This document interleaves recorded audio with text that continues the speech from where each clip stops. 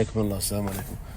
شوفوا، لقيت باكستانيين او هنود او بنغاليين، يعني في الجنسيات جالسين يلعبون اللعبة هذه نادرة. انا اذكر اشوفها في التلفزيون اول، وما ادري حتى شو اسمها، بسبول، ما ادري وش اللعبة هذه اللي يضرب.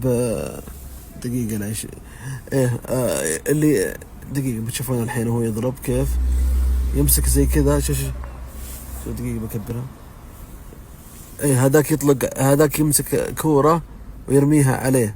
شوف هذا الحين هذا بيرميه عليه. والله لا اذكرها بس ما ادري شو اسمها.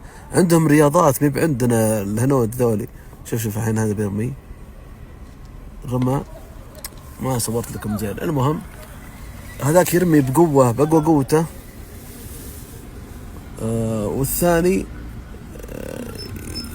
والثاني معه زي كذا. شفت اللي في يده هذه يلقطها، يلقط الكورة إذا رماها عليه. يا أخي اللعبة ذي ما لها طعم، ما أدري شلون يتحمسون لها. كورة صغيرة. شوف الحين، شوف بصور لكم الحين. شوف دقيقة، الحين بيجيك من هناك شوف شلون بيرميها بأقوى قوته. شكل باكستانيين. شوف شوف هذا بيرميها بأقوى قوته. شوف أيوة رماها. وهذاك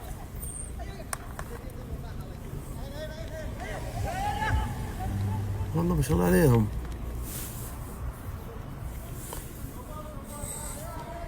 والله أنا أذكرها الكورة، من يعرف اسم الرياضة ذي؟ إنه ما عندنا إلا الكورة والطايرة بس، ما عندنا إلا هالثنتين والتنس. هذول عندهم بس صراحة أنا ما أشوف إن لها طعم ذا المباراة، ما أشوف إن لها طعم.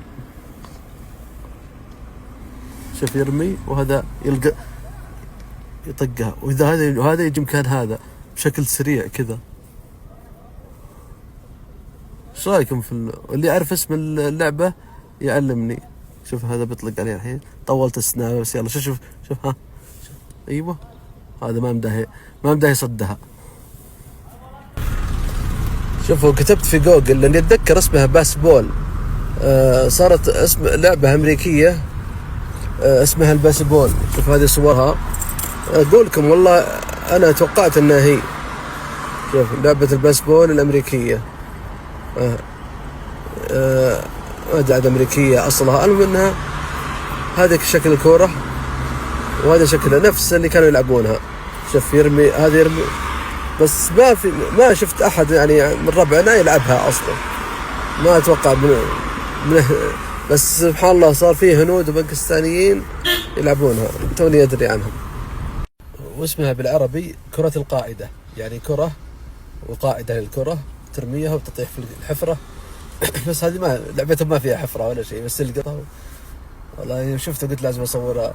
يعني عندهم ألعاب ما شاء الله يسلون نفسهم، مغتربين الله يكون بعونهم.